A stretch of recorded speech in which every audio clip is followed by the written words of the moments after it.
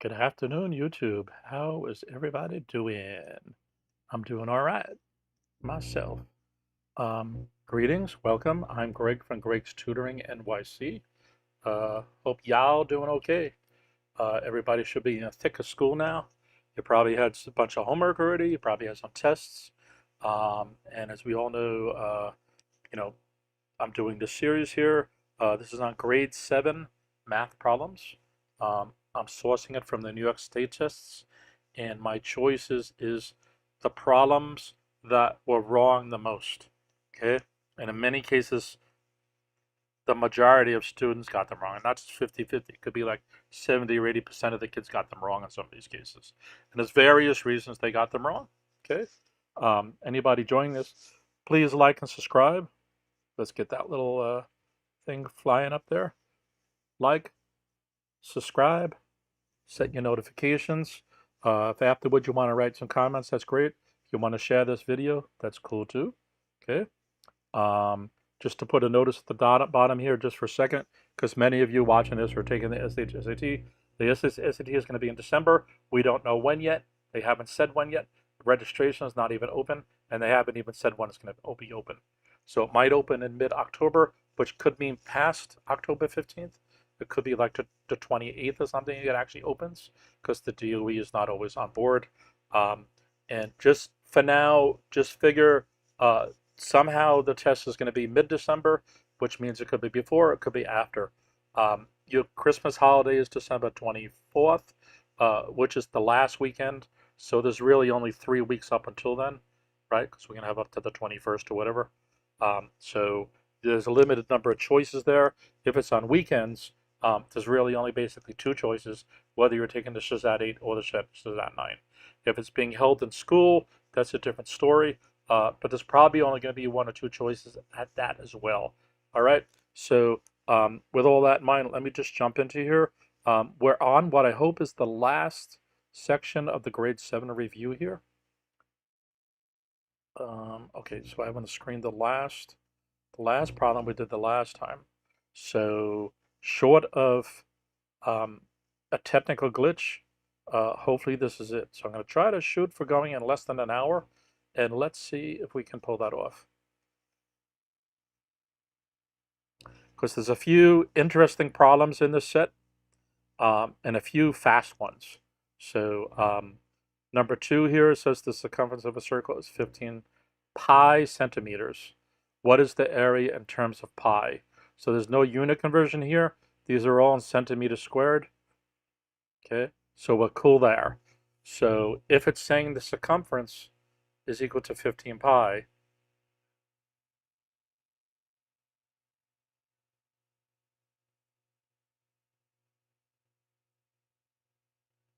and the circumference is 2 pi r, right? That's the formula of the circumference, 2 pi r.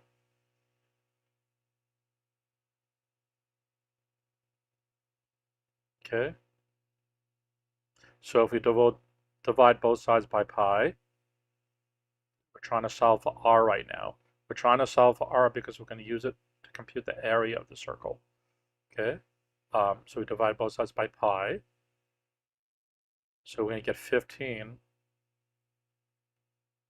equals 2r. Okay, and then I'm going to divide both sides by 2. So that means r is 7.5.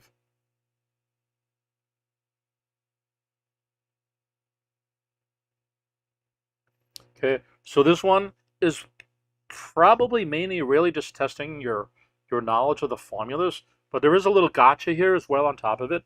So enough kids would stop right there and do A, but A is what the radius is, it's not what the area is.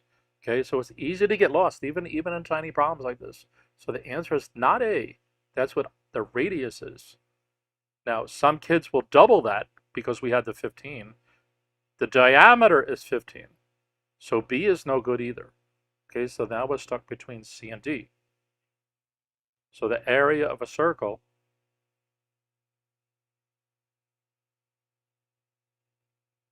let me just make sure we're live here for a second. Now, some kids will double that Yes, we are. The area of a circle is equal to pi r squared. And that might be where the 15 is coming from as well. This is not 2 times r. This is r times r, right? This means r times r. R squared. And what's interesting, it says, what is the area of the circle in terms of pi?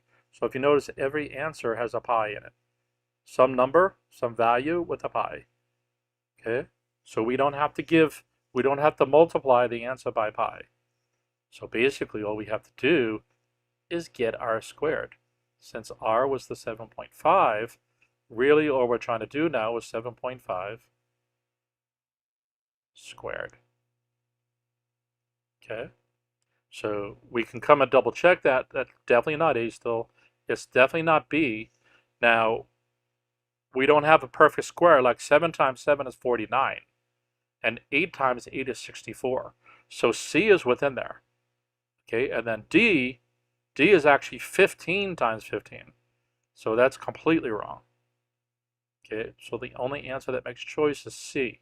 And if you actually do 7.5 times 7.5,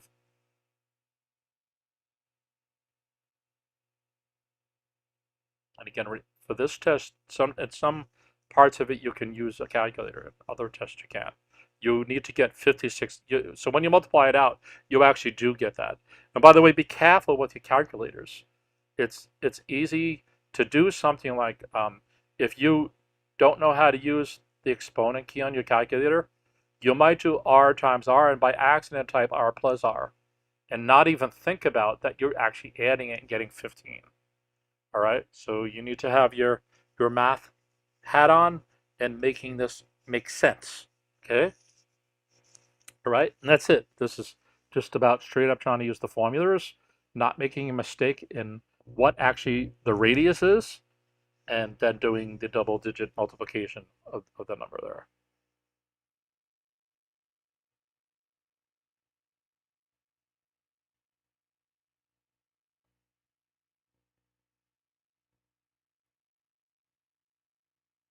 Okay, so this is a word problem. A farm grew 19.8 tons of wheat in 2013. Cool, totally awesome. The farm's wheat output increased by 9.8% from here to here. So we can already see if we stop here, it's probably going to start comparing these things. So it was 19.8 in 2013. It increased 9.8 for the next year, and then by 5.1 for the next year after that. So what we have is 2013.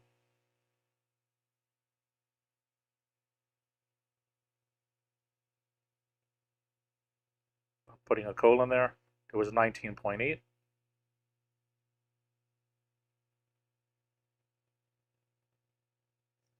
Okay, from 2014 to 15.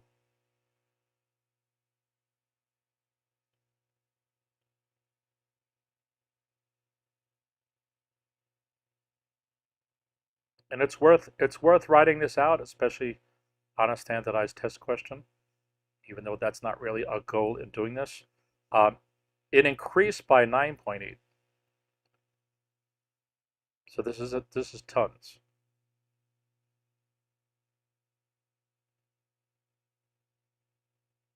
So it increased, so I'm going to put a plus sign, by 9.8%.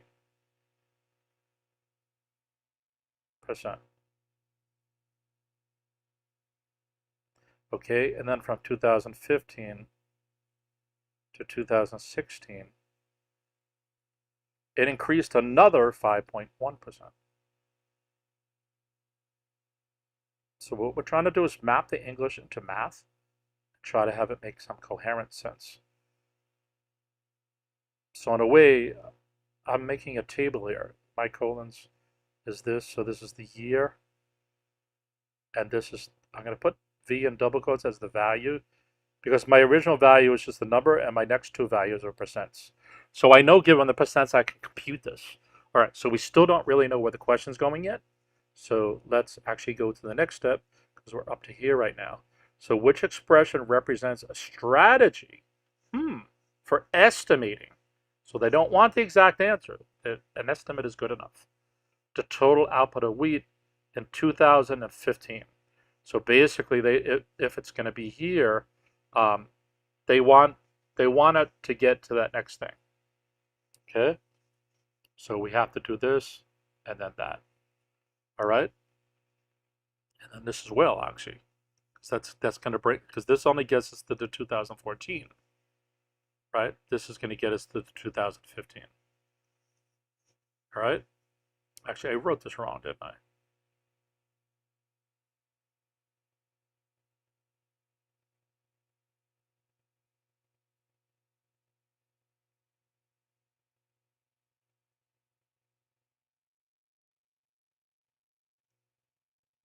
Okay, this is a 3. So it's 2013, from 2013 to 2014, it's 9.8. 2014 to 2015, it's 5.1. So since they want an estimate, we don't need to use exact numbers. And then they're asking for a strategy. So that can kind of be a confusing kind of notion. But if you look at the answer choices, they're all more or less involving the same kind of numbers. So it seems to me they're saying 19.8 is about 20. Okay. 9.8% is about 10%. Okay. And 5.1% is about 5. Okay. So those are really what we're trying to look for here. Okay. So it says, which expression represents a strategy for estimating the total output of wheat? Well, 20 is the original thing. 10 is just a percent. So remember, I double quoted the V here because 19.8 is exact tonnage, 19.8 tons. The other is a percent. So this one, if it's 20% more, it's going to be, what, plus 4. Okay, so it would actually be not 10, but it would be plus 4. So for that reason, A is out. And the 5 is bad for the same reason. This is an actual number, and the 10 is a percent, the 5 is a percent. And you're adding unlike kinds at that point. It's not even adding pencils and pens. It's adding pencils and miles. You know, that makes no sense. So there's kind of a unit error here. Okay. B has the same problem. So here was adding stuff. It's still running into that same error, which is 10 and 5 are percents. So they just can't stand alone like that. So B is no good. Okay, so now we notice the difference between C and D is, just in case you're not clear, D means 20 times 1.1 times 1.05. Okay, so the difference between C and D is this is using pluses for each of the things, and this is using multiplication. Okay, but what we still have the same problem where it's adding 20 tons plus a percent. So there's still a unit conversion error there. We're trying to add unlike kinds, so that doesn't even make sense. Okay, so that leaves D. So if it really truly leaves D, does D make sense? Okay, where did the 1.1 come from on both of these anyway, and the 1.05?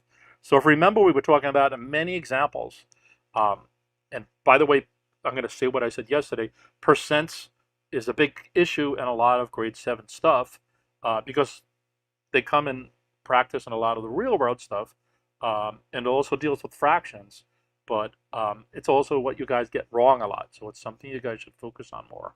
But if something increases by 10%,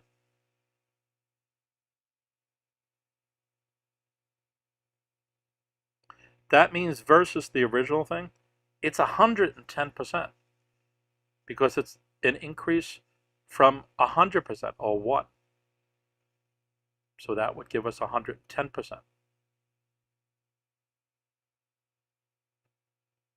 I wrote that wrong. And 110% means over 100. Right, so this is our running theme. I'm not going to spend a lot of time explaining this. And this is equal to 1.1.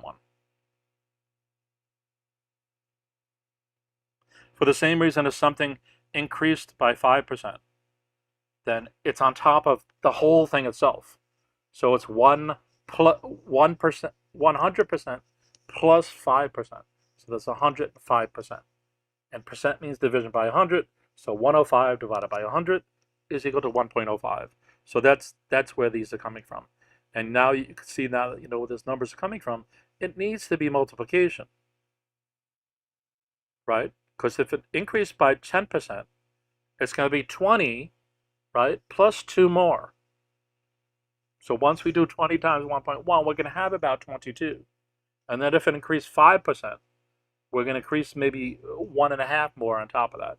So we're seeing the number is increasing. So D is the reason, the answer, for a couple of reasons there. Let me just double check that we're still live. Peace in, anybody watching this? So once we do 20 times, please like and subscribe. Come on, smash that like button.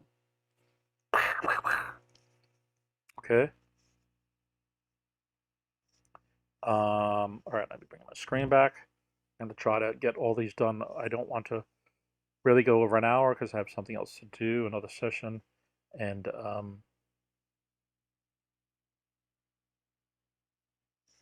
I don't want to just leave 2 problems for a part 8 or something like that.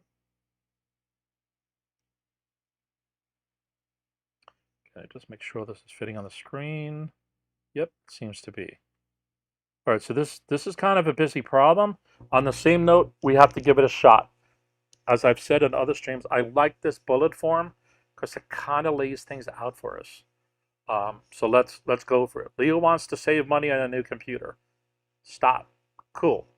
At a store near her, doesn't matter whether it's near her or not so far, the computer she wants is listed at the regular price of $400. So we have a price of $400 that might come into play here. Let's see.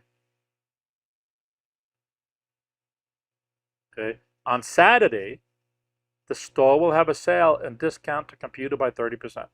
So this is our standard thing. If it's discounted by 30%, it's 70% of the price. Right? Again, I'm not going to repeat something I've repeated on every one of these streams so far. Okay, when we get to the grade 8 stuff, I might repeat that again, because I know there's grade 8 kids who are probably not watching the grade 7 stuff, even though you should.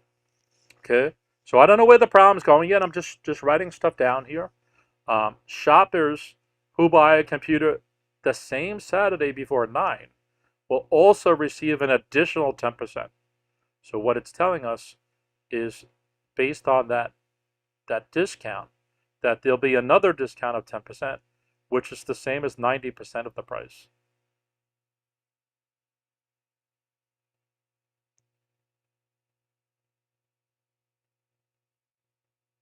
Okay, we don't need this little x here, but just to be clear, we're multiplying. So again, I don't know if this is what they're asking for, but I'm set up for it. How much will Leah pay without tax? So tax hasn't been mentioned yet, so we can kind of ignore that.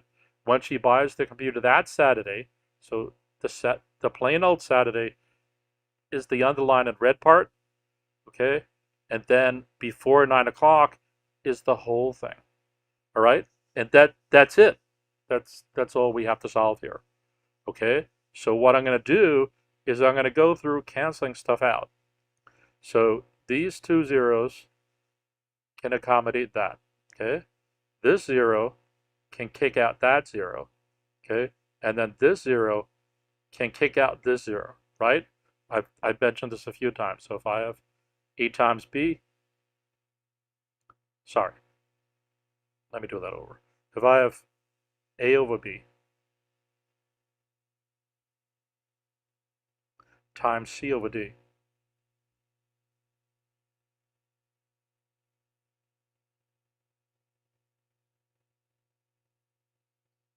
I can write that as A times C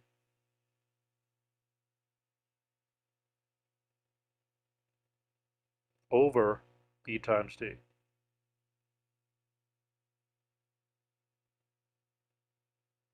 Let me just make sure that's not cut off on you guys' screen.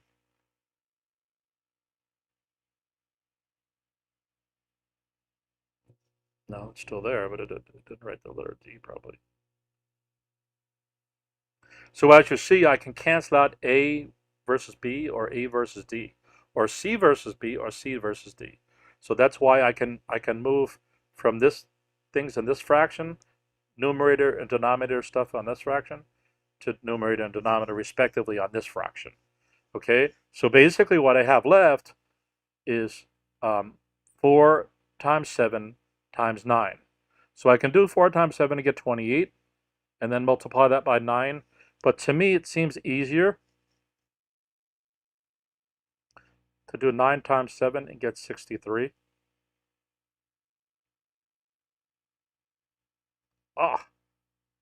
And get 63.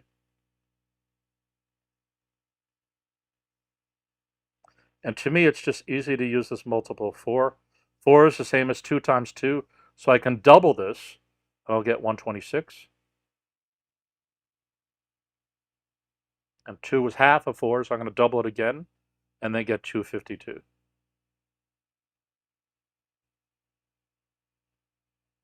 Okay, so to me, that was the easiest way to do that multiplication. And therefore, the answer is D. Yeah. Okay. If anybody has any questions about these as we're going through them, please ask. I see some people in the lobby there. Whoops.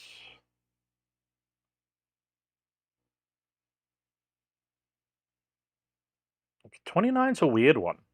A lot of kids got this wrong. This might be the most, I said yesterday there was one that was like the most wrong one. This was either the most wrong one or like the second most wrong one. So it's kind of messy. So at midnight, the temperature was minus 8 degrees. So if we were to create a hypothetical thermometer, 0 is there. Let's say minus 8 is here.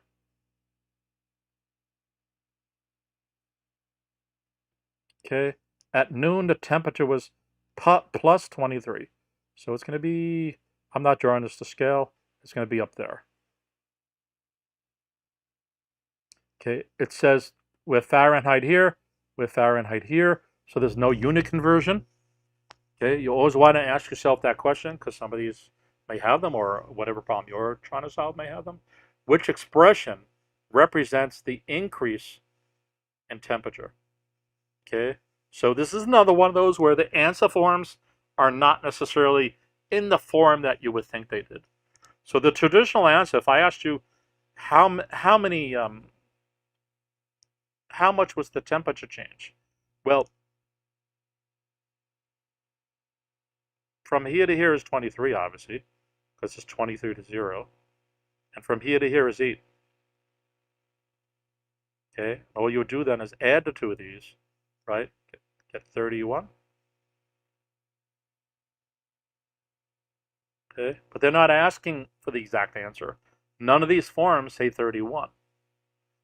So the traditional way to do this, if I solved it with the green here kind of visually, but what you really want to do,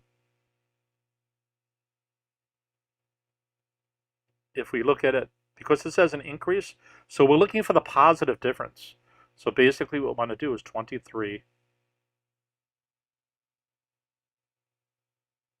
Let me write that over. This tablet does not follow what I'm writing sometimes. Minus 8. Okay, we know these two minuses combine, and therefore we get 23 plus 8.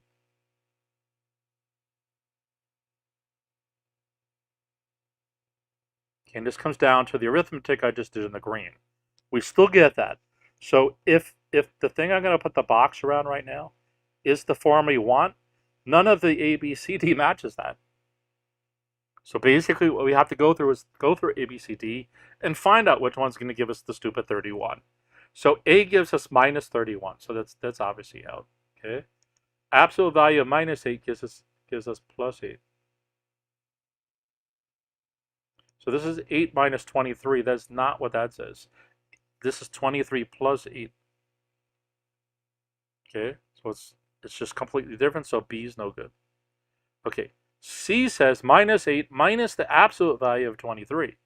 So B gives the same answer that, sorry, let me say that again. C is minus 8 minus the absolute value of 23, which is minus 8 minus 23, which is exactly what A was. So this gives us minus 31. So that's no good either. Okay?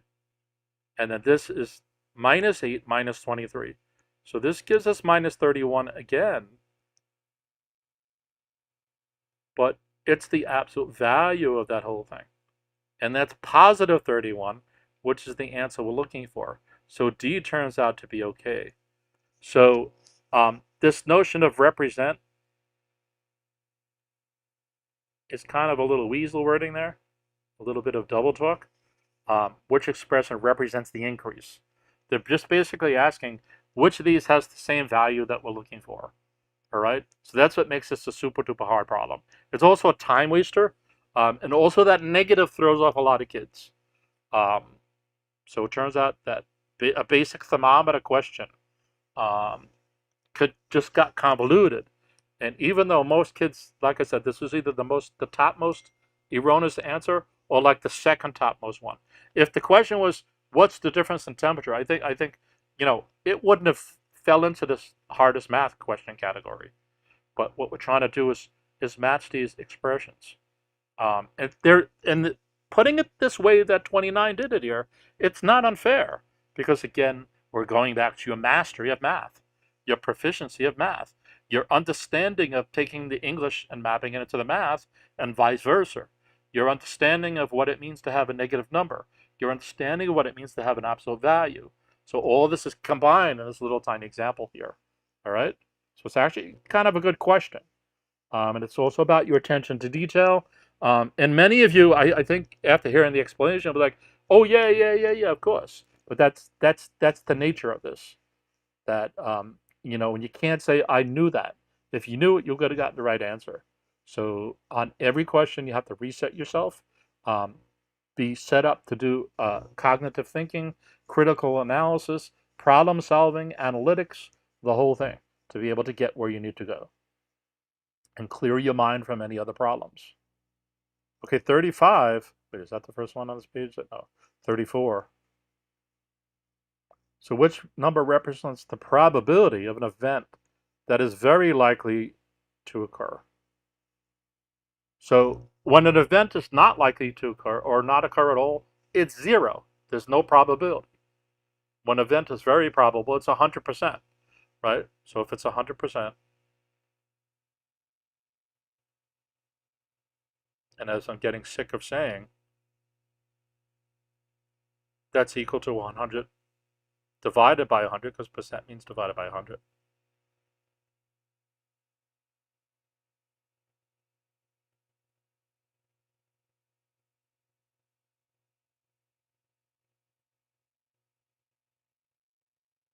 And that's just equal to 1. So when you guarantee that something's going to happen, the probability is 100% or just 1. It's happening. Okay? So basically what they're saying is which number represents the probability of an event that is very likely to occur. So it seems to me we want something close to 1. So if something's 99% likely to happen, then its probability is going to be super high, right? And if it's very unlikely, like 0.001, then it's likely to not happen. So its chances of what we're trying to do is look for answers. So let me work through the choices backwards. What I'm going to do for the moment is we're going to ignore B for a second. And let's work backwards.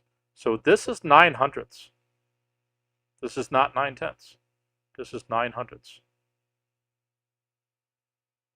I'm pointing this out because this is 89/100ths.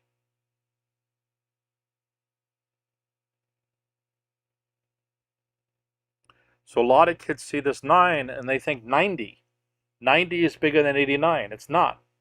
The 8 here is in the tens column. Right? This is 89 over 100. So this is more hundredths than just 9/100ths. So far, C is the biggest one, and D is not, if we were just comparing C and D, right? Some kids say D is larger because they're going to put an implicit 0 after here. But this is 090 versus 89 if we had implicit 0, 890. So C is the largest. Now if we compare C to A, well, this is 12 hundredths, right? And 89 hundredths has 77 more hundredths than A has. Okay, so if the choices were A, C, and D, then C would win. Okay, so now let's add B back into the story.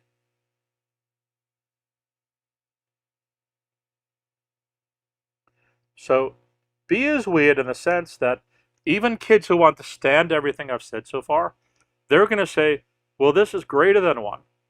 If one is the chance that it's going to happen for sure, then if it's greater than 1, that has to be the most likely answer. The problem is something can't be more likely than it is. If it's already 100% likely, that means it's completely likely. You can't get more than completely likely, right? We don't have things being truer than true. It's just false or true. So likeliness works the same way. If something's 100% likely, then it's going to happen. It can't happen more than it was going to happen. It's just that. So for that reason, B is a thinko.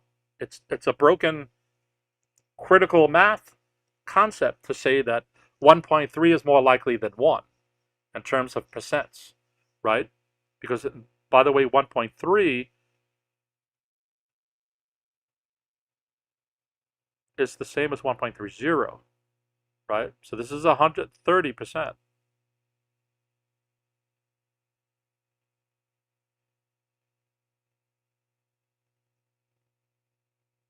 And again, something can't be more than 100% likely. It's already the most likely it can be at 100%. So it can't get more likely. All right, so for that reason, that's no good. Okay, 35 is a good gotcha. There's a couple ways to solve it. One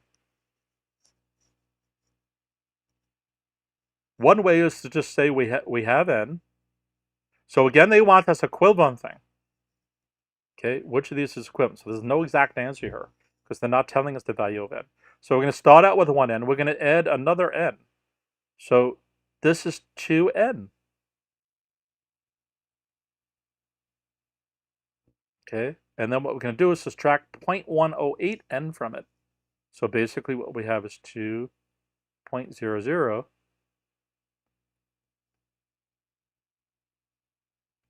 minus 0.18. Okay, and that's the coefficient of the n. So once we do the subtraction of the two coefficients, the 2 on the n, and now 0 minus 1.8 of the n, we're going to get b, 1.82 of the n, right? Because if we do the subtraction, that's what we're going to get there. Okay, enough kids got this wrong. I think it's just the way it's laid out. It's unclear. So D is obviously wrong because it still got to 2n, but there was supposed to be an n after here. And then at that point, it would collapse it. So D is no good. And then, I don't know, C takes this n and basically throws it away because C is this right here. In fact, C is not that. It throws this n away too. Okay, so C is just completely broken. I think A is just there because kids are adding these two and getting the 2n, and then getting confused on the subtraction. So this is probably kids who did the subtraction on their head instead of writing it out. So it's easy when you're taking a standardized test or something to just be making thinkos, right? Thinking improperly. There's another way to think about this as well. Let's talk about that. So I'm going to erase what I did here.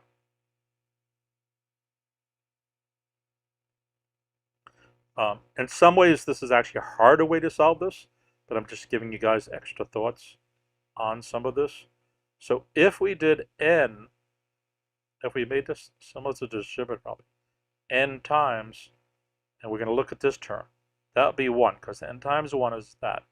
And then plus, and n times what gives me this term, 1 again. Okay, and n times what gives me this term? It'll be minus 0.18.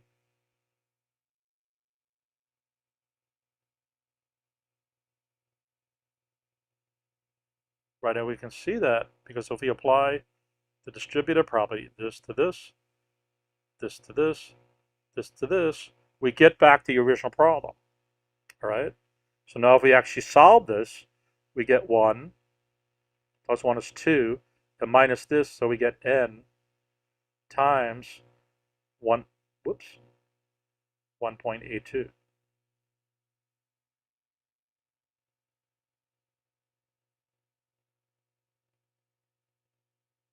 Right? And we can switch these two. So this is the same as 1.82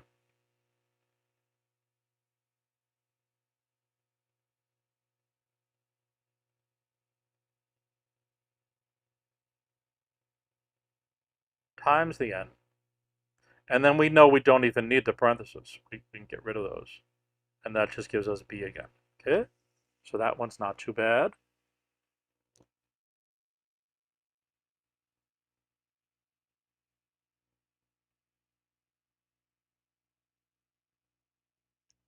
All right, so we got a few more here.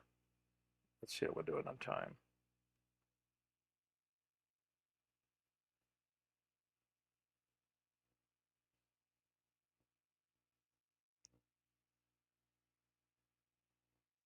All right, I said I was going to end in 10 minutes, so let's see how far we can get with some of these.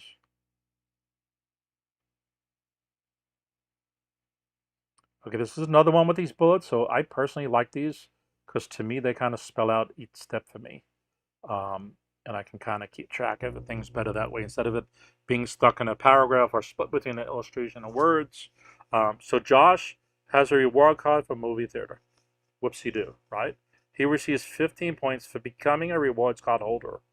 So just for getting the card, he gets 15 points. He earns 3.5 points for each visit. Okay, so already when I stop here, this is basically the equation of a line. We have y equals mx plus b. So this is true of whether you have a cell phone plan or whatever the case may be. So at this split second, it's probably not important that you know this is the equation of a line. But basically what we're trying to do is set up something here where the b is going to be the 15 points. Okay, and the 3.5 is per visit.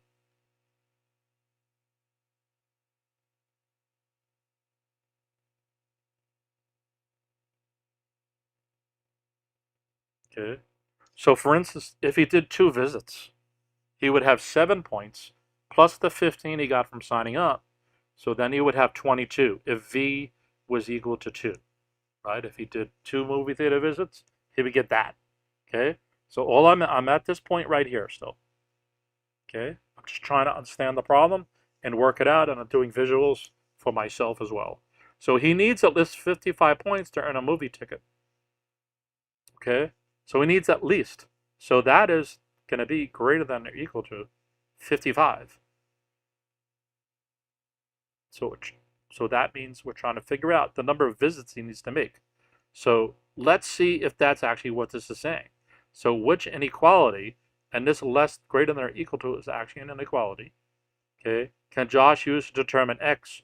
So I called it v, so let me just make it x to make the example clearer. The minimum number of visits, minimum. So that's why we're talking about greater than or equal to here again. So if it's equal, then that's the most minimum. If it's greater, that's cool too. Does he need to make to earn his first free movie ticket? Okay, so if you look at the choices A, B, C, or D, they're in a similar form to mine. Okay, there's one slight difference, which is that I have my 55 on the rightmost side. Okay, all the 55s are on the leftmost side here. Okay, my 55 is on the rightmost side. So I can adjust to that.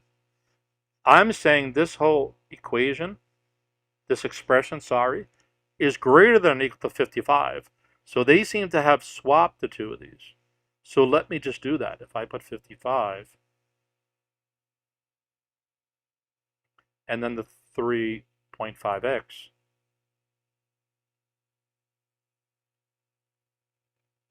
plus 15.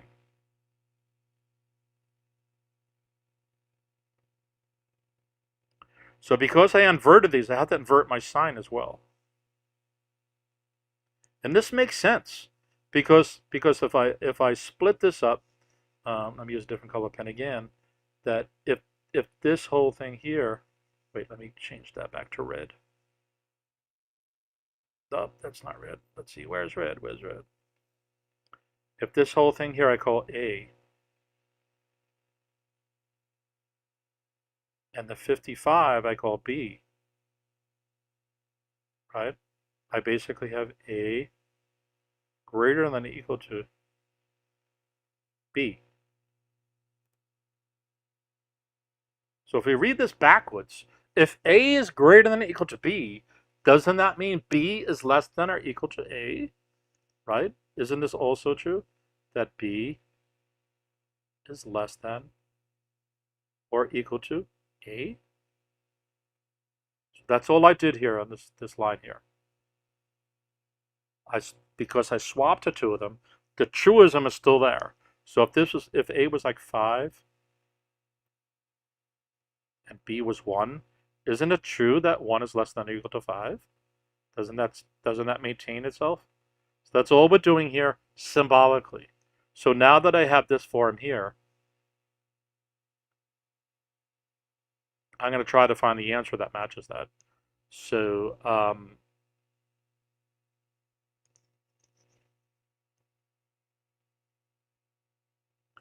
A looks like it might be, but remember that sign is wrong. So everything else is right except the sign. So A is no good.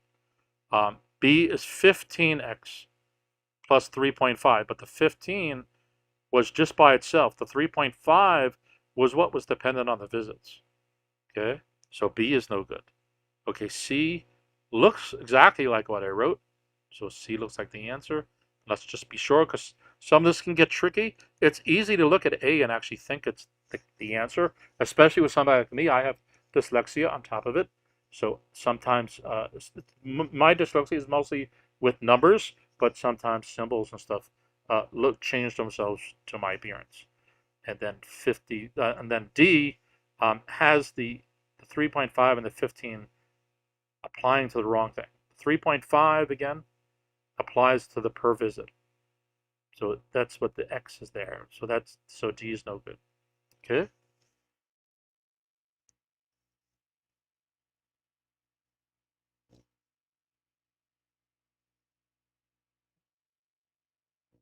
So you can see some of these get a little kind of a thing. Okay, 39 is kind of exemplifies a lot of what we talked about through all these grade 7 sessions pertaining to percents. So it's a word problem.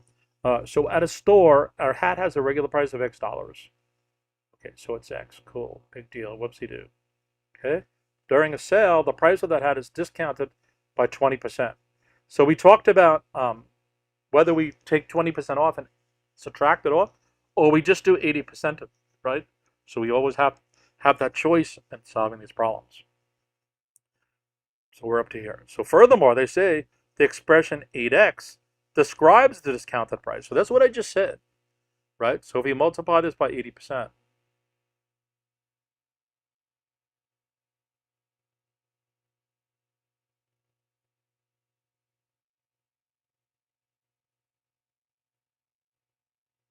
if we cancel these zeros, we get 8/10. In other words, we're getting 8/10 x. Again, if we swap the two of these, we get 8/10 of x.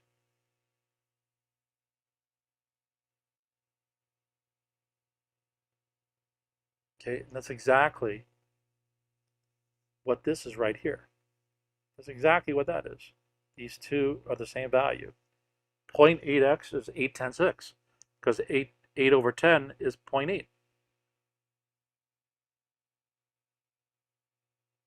Okay, so we're just trying to keep going with the words to try to understand what's going on here. So the expression 8x describes the discounted price in dollars of the hat. Cool, awesome. Which expression also describes the discounted price in dollars of the hat? So we kind of solved it this way, right, to get that 0.8. So they're trying to ask us, what else will give us the 0.8x?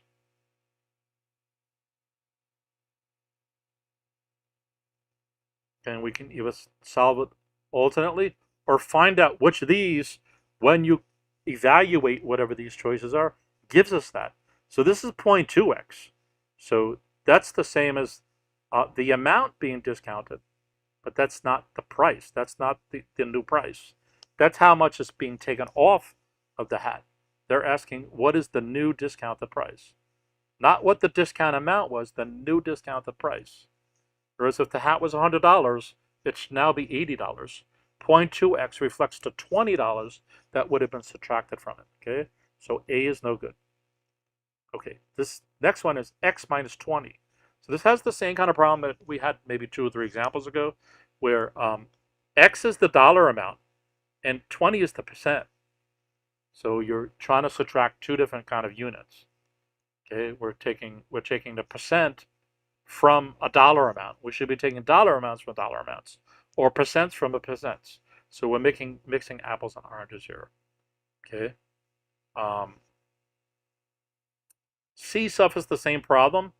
So this gets a little closer, that this is 2/10,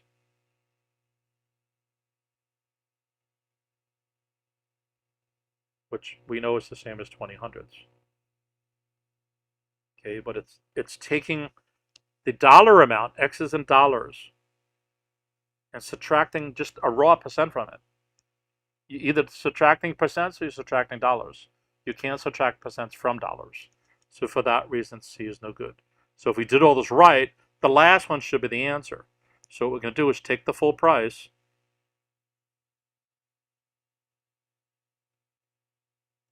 So again, let's say this was $100. And subtract from it the discount value, which might be $20. And of course, if we actually went to fruition with that, we would get 80. Okay, so in this case, we are subtracting dollars and dollars. So therefore, D is okay. All right? So that one wasn't too bad, although lots of kids got that wrong. That one was pretty up there as well. Okay, this is a classic kind of test question where you're trying to compare 2 different geometric shapes. Let me make sure I can get this to fit on the screen. If not, yeah, let me just look at, so I'm going to analyze the illustrations first, and then we'll look at the words. I know it's not fitting on your screen right now. So on this kind of class problem, I'm just going to look at this. I notice I'm going to call this figure A, and I call this one figure B, even though they're part of the same figure. Okay, I'm going to basically split it into 2 figures. Okay, so most likely, without reading anything in the problem yet, this is probably dealing with the circumference, which is 2 pi r.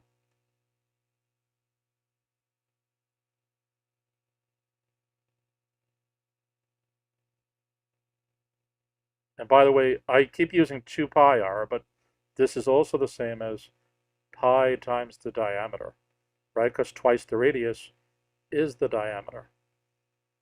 Okay, this may also involve the area. So the area of a circle is pi r squared. And we normally just keep it to that. We could say it's the diameter over 2 squared. But just for now, this is the standard form.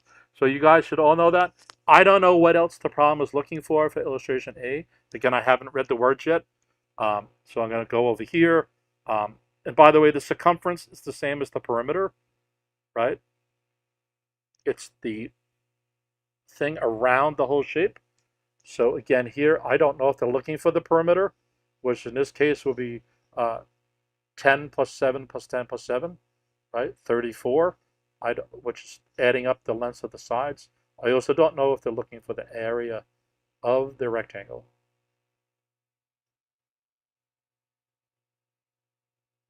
which is normally a length.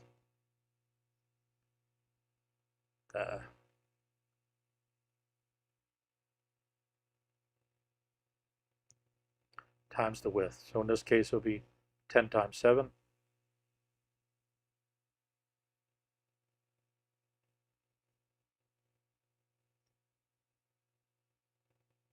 and that's equal to 70, right? So we're just speculating here. We don't know where the problem is exactly going to go yet. All right. And by the way, this would just to bring this to completion. This is pi, and the radius is going to be from here to here, which is 5. Right, it's half the diameter. So this is going to be pi times 5 squared, which basically is equal to 25 pi.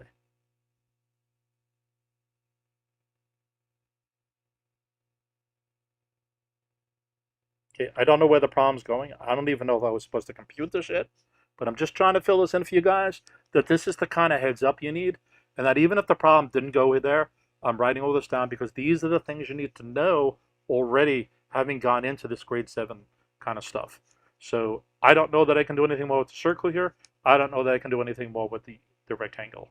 So, and they're both pans, for whatever that means. I don't know if that comes into the problem. And they're both the bottom. Okay, so again, I don't know how much of any of this is coming into play or not. So let's go start reading the words. Jordan is baking brownies. Awesome, man. One of my favorite things. And we'll choose to either use a round or a rectangular pan. Cool. So something's going to happen there. Sounds like there's a comparison ready to be set up. The dimensions at the bottom of each pan are shown below. So that's just what we beat to death. So let me scroll this a little bit so I can get the answer choices showing. And let me just make sure it's showing. Yes, it is. And let me make sure we're live. Yes, we are. Okay, so it says, which statement correctly describes how the area of the bottom of the round pan compares to the area of the bottom of the rectangular pan? So what we did before, let me just shift this over slightly left. So this is going to be 70 inches square. So it turns out that upfront discussion was worth it. And by the way, if I was solving this myself, I may not have done that all that far, but I would know in my head mentally I have a heads up for the area and so on, or maybe the perimeter, and I would give that thought. So what they want to do is compare the two numbers, and I'm noticing in the choices they're giving some things here, so I'm actually now go compute this. So so if it says to use 22/7 for pi, then use that. It doesn't say that. So at least use 3.14.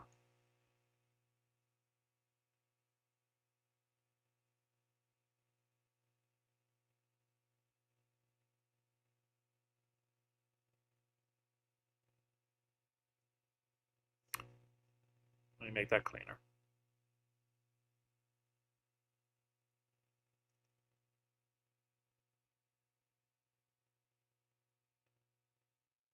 Okay, depending on the context of the problem, you may need more digits of pi here. I don't know if that's going to come into play or not. Okay, so what you need to do is go on the side and multiply 3.14 times 25. However, since that's going to be error prone and slow this down, let's actually see if we need to do that. Okay, so this seems to be that if it was 25 times 3, so we're going to just put a little, like it's probably equal to 25 times 3 is 75. So let's just kind of say that because it's 0.14 times more than that, let's just say it's 77, okay, for now, okay? And if we need to get a better number, then we'll do that, okay? So the area of the bottom of the round pan is greater than the area of the bottom of the rectangle pan. So 77 inches squared is definitely greater than 70 inches squared. So this hinges on getting these numbers correct. So far, and since we didn't compute it exactly, so far A seems to be the answer. Okay. So let me scroll that up. Okay, the area of the bottom of the round pan is greater than the area of the bottom pan by 244. Okay, so it seems, I don't know where they got the number from, but it's pretty far off. So most likely they used the 10 instead of the 5. Okay, and they got something like 100 pi times the 3, and got 300 pi or whatever, and then they did 300 pi minus the 70. I mean, sorry, 300 minus the 70, and got that 240. So B seems completely wrong. It's just the number's not even near the right. We had 77 versus 7 was only 7. So 244 is really far off. Okay, the area of the bottom of the round pen is less than the area. So wait, let's double check this. That was 25 pi. That was whatever. This is 70. No. The area is greater than, not less than. So C is definitely wrong. Okay. It also says 7.2, which is another kind of gotcha. We don't know exactly how far we're off yet. And then D says the area at the bottom of the round pan is less. So once again, it's less, and it's just a weird number there. So now to actually double check it, you should do the 3.14 times the 25. And let me bring that up on my thing here. Where is that? 3.14. It's not showing on you guys' screen, but times 25 equals 78.5. Yep, so 78.5 minus 70 is 8.5. So the answer, indeedly do, is A. Okay, so there's a lot of steps to this. It's kind of annoying. You really have to go through each choice to try to get to where you need to be. See, is there anything below this? Yes, there is. So 5 is a really good gotcha. Confusing at first, but when you look at it deeper, it kind of makes sense. So it says, on average, this person drinks 1/2 of a 6-ounce glass of water in 2/3 of an hour. How much water does she drink in 1 hour? So that looks like a ratio, 1/2 of 6 ounces.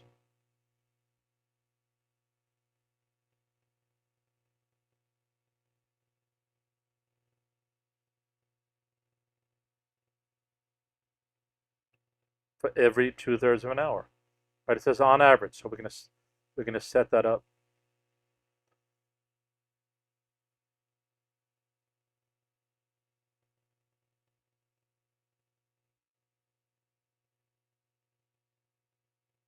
Okay, so something interesting happens here, which is that where did my pencil go?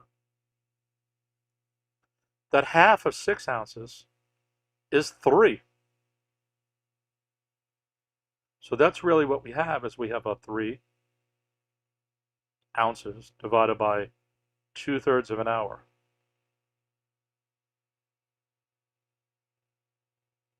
So if we write this in long form,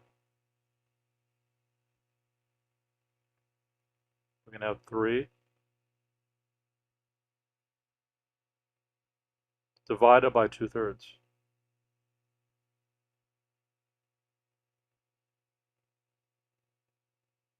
So we've seen many examples where division by a fraction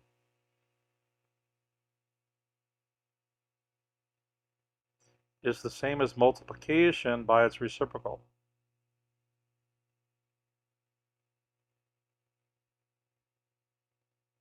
And then the 3 just drops down there. So 3 times 3/2 is 9/2. Right? Because it's basically 3 over 1. Any number is itself over 1. So we have 3 over 1 times 3 over 2, we get 9 over 2.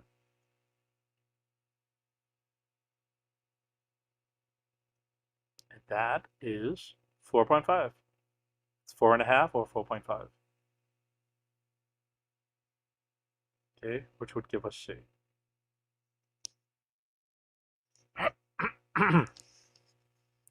Okay, so that one was kind of fairly straightforward.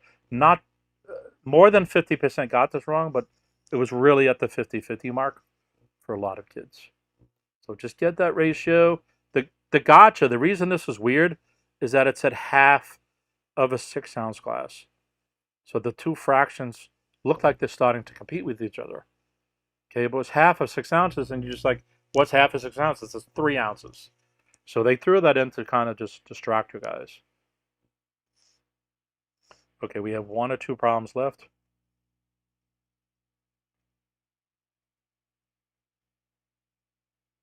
So the diagram shows the length. And so we have an illustration. We have, I'm going to call this, I already started reading it. This is the length. That's the width of 2 cell phone covers or glass cases or something here. Let's see. There's really not anything here except for showing the dimensions. This one is missing. Okay, maybe it's supposed to be. The diagram shows the length and width of a cell phone. Cool. And the length and width of a larger one. Sorry, the length and not the width of a larger version of the same brand.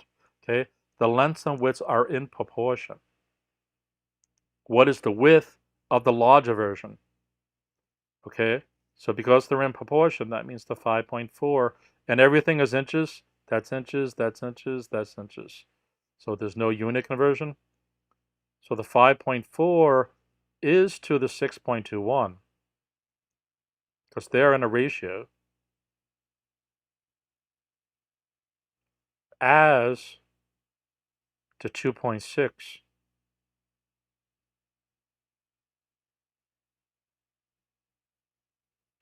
is to x.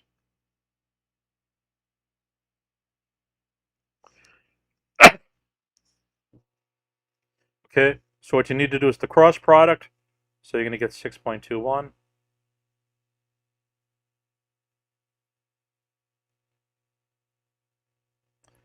times 2.6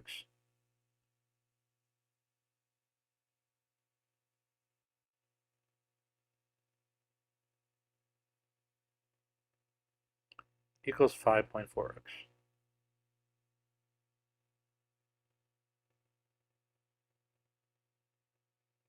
We're going to divide both sides by 5.4, so that goes away. And then this is over here. So at this point, this comes down to a nasty division problem. There are certain divisors we can figure out here. Like we know the denominator is divisible by 3 and 9 and 2. 2.6 is divisible by 2. 6.21, the digits add up to 9. So that's divisible by 3 and 9. So there might be some way to cancel this out and make this simpler to do. Once you do all that, I'm not going to do it here, we get C.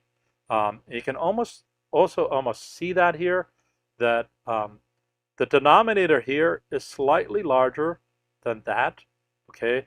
And if we go from here to here, this is about half. So if we do that same way here, if we go from the 6.21 to the x is going to be about 3 point something.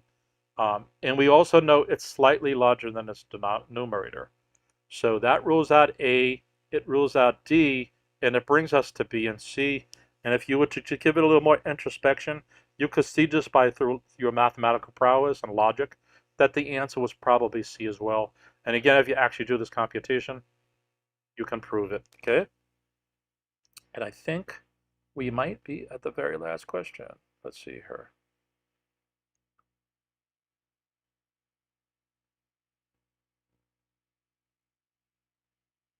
Yes, we are. Yay. Okay, so this is just regular algebra. We can consider the question mark as just x. Okay, so what we want to do is add 2.1 to both sides.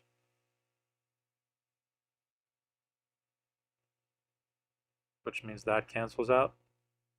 We're going to add 2.1 to here.